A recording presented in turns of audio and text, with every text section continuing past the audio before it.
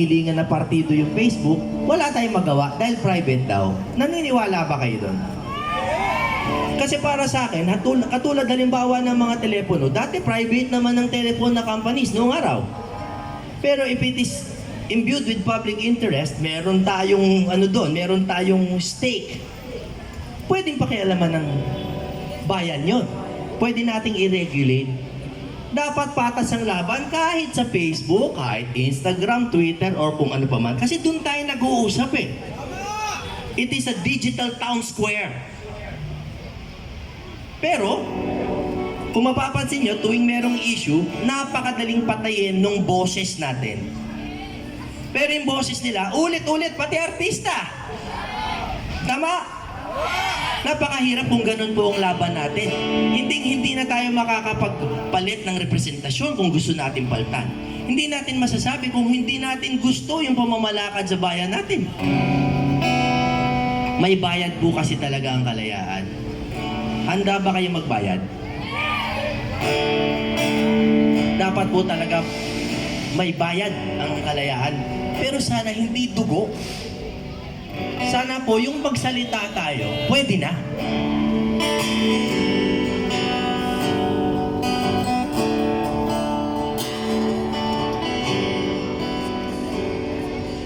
Tunay na laya.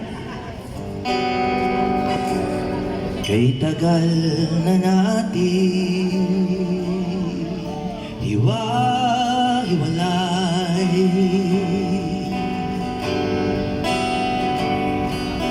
Kambi-kambi, away-away.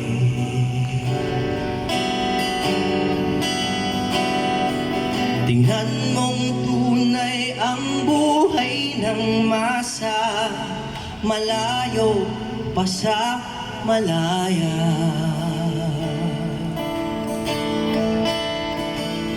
Kay tagal pa natin magsasama-sama.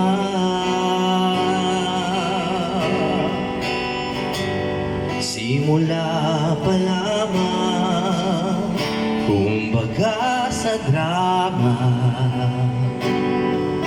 Okay pa ba kayo? Ang kinabukasan, gaganda ang kulay, kung sang-ayon tayo sa tunay na kalayaan.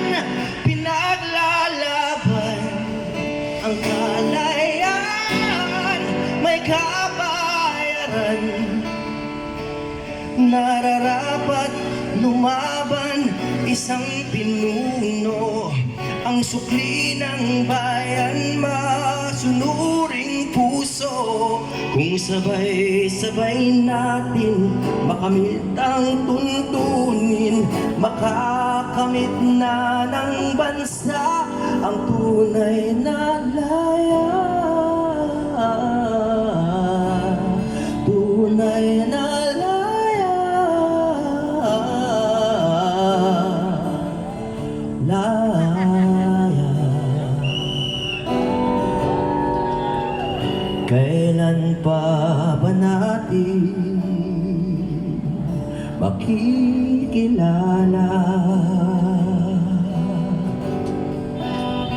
kung sinong kaaway, kung sinong kasangga?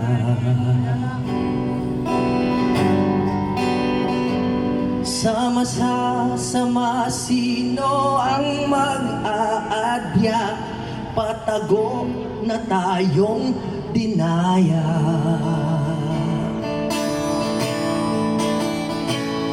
Ang kalaban natin ay butas na batas, lambat na may takas ang mga marahas. Kung nagdurusa ang mabubuting tao, ito ba ang tinatawag nyo na kalayaan? Pinaglalaban kalayaan, may kabayaran. Nararapat lumaban, isang pinuno, ang sukli ng bayan, masunuring puso. Kung sabay-sabay natin mahalin ang tuntunin, makakamit na ng bansa ang tunay na laya. Tunay na laya.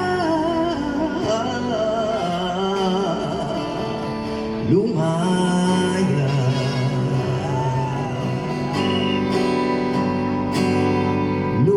Lumaya. Maraming salamat po. Ituloy lang po natin ang laban at mabuhay ang pangalang Duterte! Mabuhay ang paisog! Mabuhay ang Pilipinas! Thank you very much, Mr. Attorney Jimmy Bondo. Once again, palakpakan po natin, Jimmy Maraming Bondo. salamat. Ayan. Ako, tatakbo pa siya sa Santa Rosa. Maraming salamat, Jimmy. And yun nga, ang isang mensahe. Mga vlogger, medyo yan natin yung Alam niyo po, ang pakiusap